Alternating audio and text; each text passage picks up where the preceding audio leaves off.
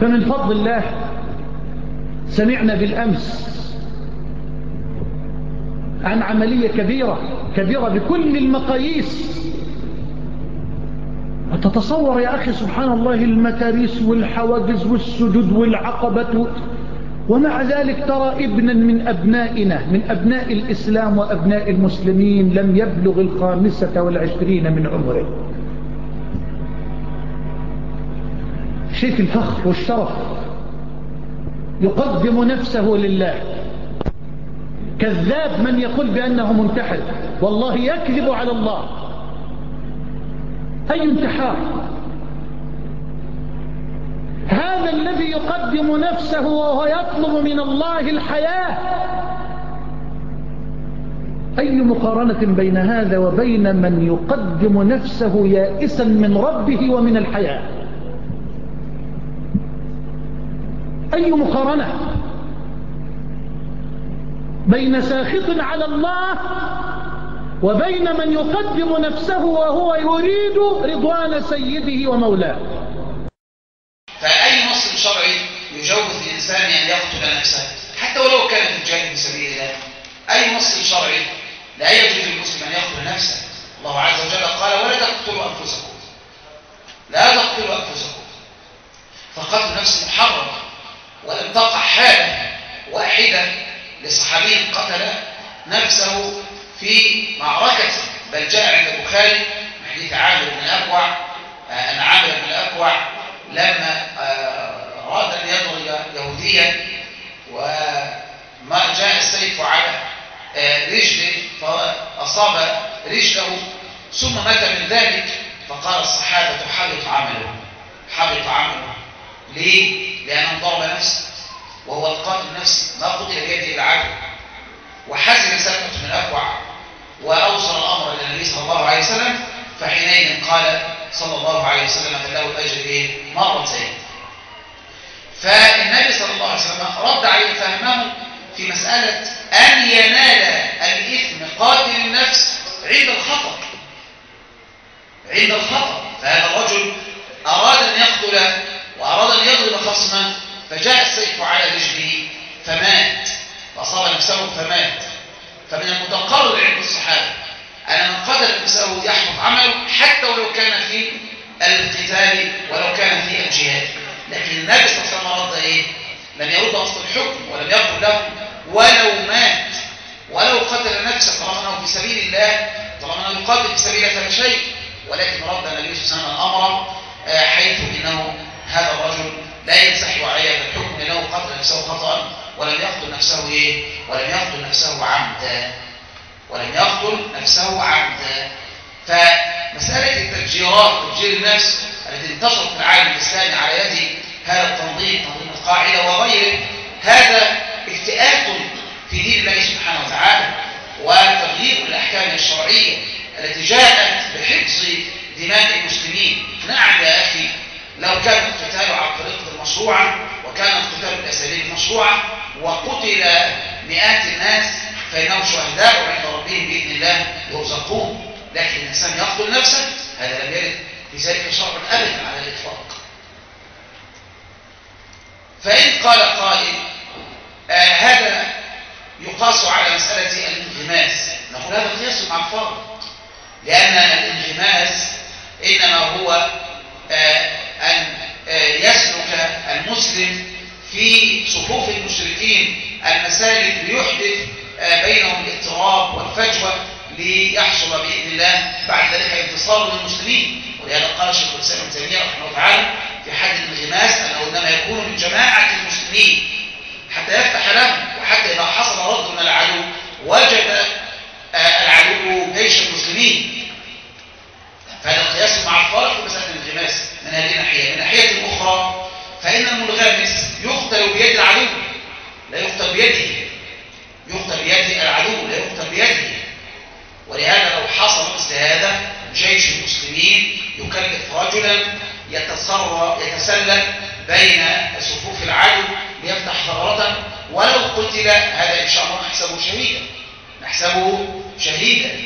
فافترق أيضا صورة قتل النفس وتفجير النفس عن طريق عن مسألة الانغماس. الأمر الثالث أن المنغمس هلكته ظنية وليست يقينية، أما المفجر لنفسه فهلكته يقينية وليست ظنية. الأمر الذي بعد ذلك هو أن المنغمس يفتح ثغرات لجيش المسلمين فيحصل بذلك نصرة المسلمين، أما المفجر نفسه فإن الذي يحصل منه ابتلاء المسلمين، لا نصرة المسلمين بل ابتلاء المسلمين. ولهذا يرد أعداء الإسلام ردا قويا حتى إنهم لا يستبيحون بيضة المسلمين وديار. الآن الدين الإسلامي عند الكفار هل بلغ عامتهم على وجه غير مشوش؟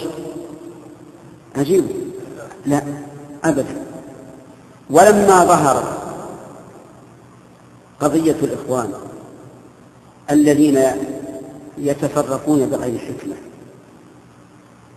ازداد تشويه الإسلام في نظر الغربيين وغير الغربيين، وأعني بهم أولئك الذين يلقون متفجرات في صفوف الناس زعما منهم أن هذا من الجهاد في سبيل الله، والحقيقة أنهم أساءوا إلى الإسلام وأهل الإسلام أكثر بكثير مما أحسن. ماذا أنتج هؤلاء؟ أسألكم، هل أقبل الكفار على الإسلام أو ازدادوا نفرة منه؟ ازدادوا نفرة منه. وأهل الإسلام يكاد الإنسان يغطي وجهه لئلا ينسب إلى هذه الطائفة المرجفة المروعة، والإسلام بريء منه. الإسلام بريء منه. حتى بعد أن فرض الجهاد ما كان الصحابة رضي الله عنهم يذهبون إلى مجتمع الكفار يقتلونهم أبدا، إلا بجهاد له راية من ولي قادر على الجهاد. أما هذا الإرهاب فهو والله نقص على المسلمين، أقسم بالله، لأننا نجد نتائج ما في نتيجة أبدا، بل هو بالعكس فيه تشويه السمعة.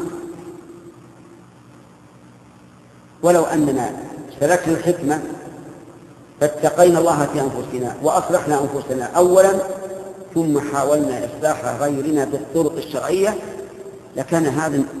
لكان نتيجة هذا نتيجة طيب. يقول السائل: ما رأيكم في الحركات الاستشهادية الموجودة في الساحة الآن؟ والله أنا ذكرت هذا في الدورة الشيخ سلام تيمية، سئلت عن السؤال هذا ما أجبت في الشبكة. أرى أنه ليس بمشروع، الذي ظهر لي من الأدلة أنه ليس بمشروع، وأنه ليس من جنس المبارزات بين الصفين في القتال، وليس من جنس إلقاء الرجل نفسه على الروم. يقولون إن هذا من جنس، وليس من جنس.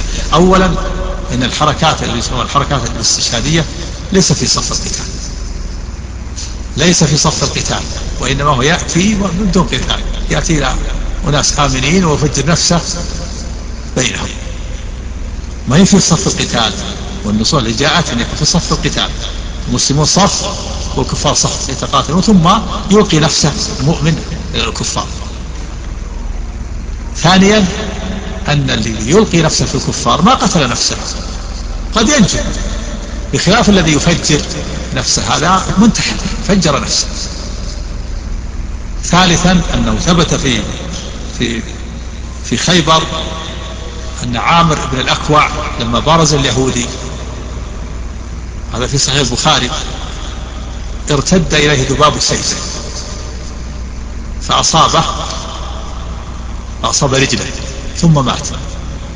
فتكلم الناس في الصحابة وقالوا إن عامر بن الأكوع أبطل جهاده مع رسول الله صلى الله عليه وسلم. فجاء النبي صلى الله عليه وسلم إلى أخيه سلمة بن الأكوع وإذا هو حزين فسأله، قال: يا رسول الله إنهم يقولون إن عامر بطل جهاده. فقال: كذب من قال ذلك، إنه لجاهد مجاهد، قل عربي نشأ بها مثله. فإذا كان الصحابة أشكل عليهم يكون عامل ارتد إليه ذباب سيفه بدون اختياره وقالوا بطل جهاده، فكيف بالذي يفجر نفسه باختياره؟ واضح الاستدلال؟ إذا كان عامر الأكوع يرتد إليه ذباب سيفه بدون اختياره لما بارز اليهودي، ولما أصاب قال الصحابة بطل جهاده، قال إنه ما بطل جهاده، لكن أشكل عليه مات وهو لم يقتل نفسه ولم يفجر نفسه، وإنما ارتد إليه ذباب سيفه بدون اختياره وهو مجاهد، ومع ذلك قال الصحابة بطل جهاده، فقال إن كذب من قال ذلك، فكيف بمن يفجر نفسه؟ هذا الذي يظهر لي. وهناك من إخوان بعض طلبة العلم أفتى بأن هذا من الاستشهاد، لكن ما يظهر لي هذا. نعم. الآن نأتي إلى إيش الانتحارية، العمليات الانتحارية هذه عرفناها من اليابانيين وأمثالهم. حينما كان الرجل يهاجم باخرة حربية أمريكية مثلا بطائرته فينفجر مع طائرته، ولكن يقضي على الجيش الذي هو في تلك الباخرة الحربية الأمريكية مثلا. نحن نقول العمليات الانتحارية في الزمن الحاضر الآن كلها غير مشروعة وكلها محرمة، وقد تكون من النوع الذي يخلد صاحبه في النار، وقد تكون من النوع الذي لا يخلد صاحبه في النار كما شرعت آنفا. أما أن يكون عملية الانتحار قربة يتقرب بها إلى الله، اليوم إنسان يقاتل في سبيل أرضه في سبيل وطنه، هذه العمليات الانتحارية ليست إسلامية إطلاقا، بل أنا أقول اليوم ما يمثل الحقيقة الإسلامية وليس الحقيقة التي يريدها بعض المسلمين المتحمسين. أقول اليوم لا جهاد في الأرض الإسلامية إطلاقا، هناك قتال في كثير من البلاد، أما جهاد يقوم تحت راية إسلامية ويقوم على أساس أحكام إسلامية، ومن هذه الأحكام أن الجندي لا يتصرف برأيه، لا يتصرف باجتهاد من عنده، وإنما هو يأتمر بأمر قائده، وهذا القائد ليس هو الذي نصب نفسه قائدا، وإنما هو الذي نصبه خليفة المسلمين. فأين خليفة المسلمين اليوم؟ أين الخليفة بل الحاكم الذي رفع راية الإسلام ودعا المسلمين أن يلتفوا حوله وأن يجاهدوا في سبيل الله عز وجل؟ هذا لا وجود له. فما دام أن هذا الجهاد الإسلامي يشترط أن يكون تحت راية إسلامية، هذه الراية الإسلامية لا وجود لها، فإذا جهاد إسلامي لا وجود له، إذا انتحار إسلامي لا وجود له. أنا أعني انتحارا